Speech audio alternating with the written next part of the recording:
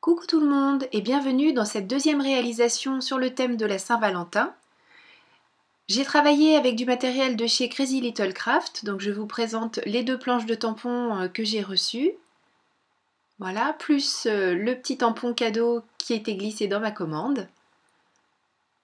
Et puis cette très jolie, elle aussi, collection de papier, toute douce, vraiment très facile à utiliser. Alors aussi bien pour la Saint-Valentin que pour d'autres choses où on souhaite déclarer à la personne qui va le recevoir qu'on pense fort à elle et qu'on l'aime. Notamment, je pense à des naissances et aussi bien filles que garçons. Elle est vraiment très bien pensée, cette petite collection, décidément.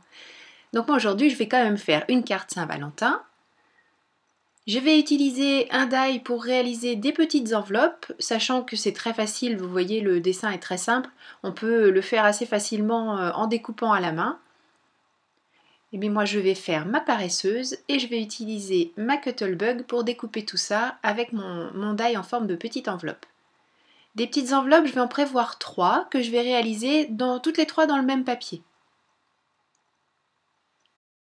L'avantage du die, c'est que non seulement il découpe, mais il fait aussi les petites marques pour faire le pliage. On gagne quand même beaucoup de temps, on a un résultat qui est parfaitement égal à chaque fois, donc il n'y a pas de surprise de mauvaise découpe ou quelque chose comme ça. Voilà, on a des petites choses. J'aime beaucoup utiliser ma Cuttlebug, je crois que vous l'avez compris, il y a rarement des vidéos où je ne l'utilise pas en fait. Voilà, donc je fais le pliage de mes 3 petites enveloppes.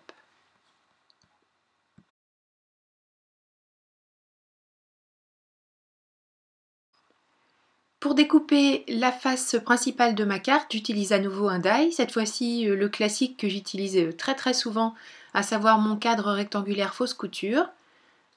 J'ai disposé les petites enveloppes pour voir à peu près la place dont j'aurais besoin, si ça convenait.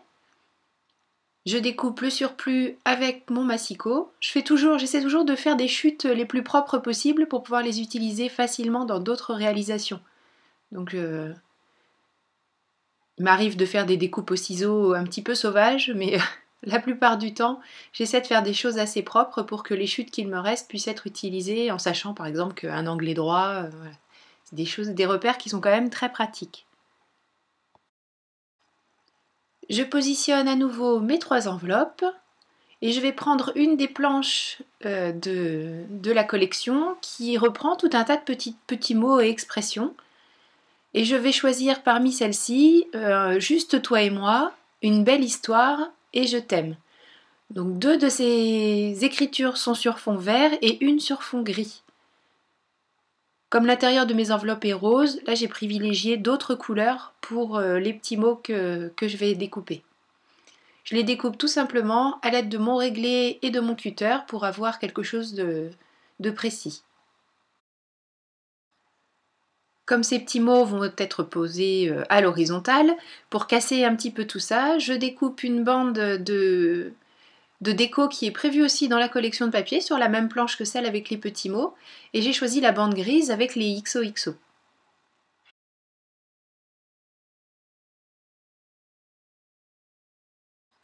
J'utilise maintenant la planche de tampon Crazy Little Craft qui s'appelle I Love You et je choisis un des 2 nuages puisqu'on a 2 nuages de cœurs, un avec des cœurs évidés et un avec des cœurs pleins qui permet de mettre dans les cœurs évidés. C'est drôlement bien cette histoire-là. Donc moi j'ai choisi les cœurs évidés pour le moment en tout cas. Donc je sors de la pochette qui est livrée avec vos tampons, hein, ils sont prêts à être rangés et je décolle délicatement. Et je vais utiliser ma presse de précision, tout simplement comme d'habitude. Au cas où je me louperais au moment du tamponnage, ça me permet de rattraper, de repositionner mon papier, enfin de le laisser en position et de retamponner exactement au même endroit sans qu'il y ait de soucis des défauts du fait d'avoir bougé. Donc là je vais décaler un petit peu mon papier parce qu'en fait je veux que le motif sorte un petit peu. Je me sers des repères bien sûr qui sont sur le fond de la planche. Là on voit bien les petits repères quadrillés. Je colle mon tampon sur le couvercle et je vais utiliser une encre Versafine mais la grise. Là c'est Smoky Grey. Je vais déplacer mon motif pour habiller tout le fond de ce papier. Et bien sûr, je le nettoie à chaque fois pour éviter quand je le place comme ceci avant de l'ancrer que ça ne fasse des traces sur mon papier. Pour combler les petits espaces, c'est toujours sur la même planche de tampon. On a un duo de petits cœurs.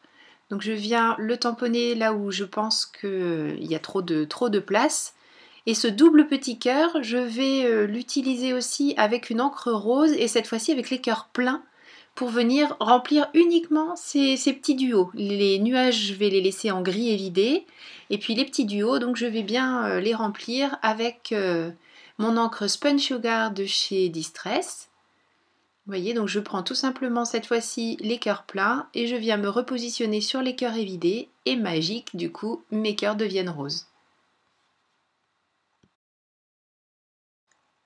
J'encre tous les bords de mes papiers, j'encre aussi les petites enveloppes pour marquer les arêtes qui sont pliées. Et puis je vais ensuite réaliser un petit travail de montage, tout simplement papier-colle.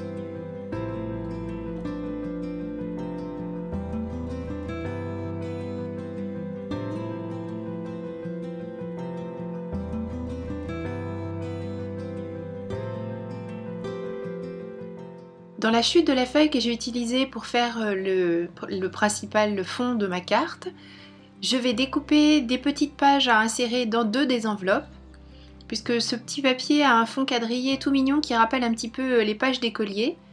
Je vais donc découper deux petits rectangles et avec un feutre rose, je vais venir faire une petite ligne pour faire comme la marge dans nos cahiers.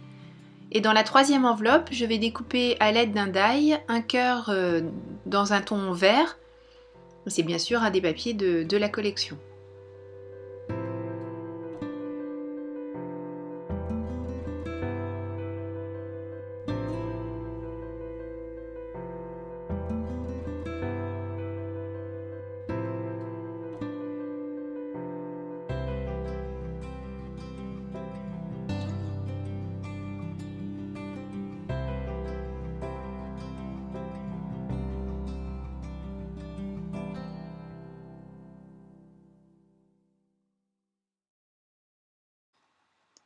Pour ma base de cartes, comme pour la précédente, j'utilise du papier maya gris que je coupe après avoir noté la largeur dont j'ai besoin.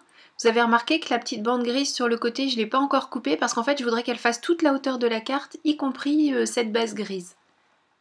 Donc, je colle mon devant de carte, je fais mes repères, je prends mes repères pardon, et je fais mon pli avec une bille à gaufrer. Je plie ma carte et je découpe ce qui dépasse de la languette, tout simplement avec des ciseaux. Et j'ajuste la hauteur de ma base de carte avec mon réglé et mon cutter. Et cette carte est terminée.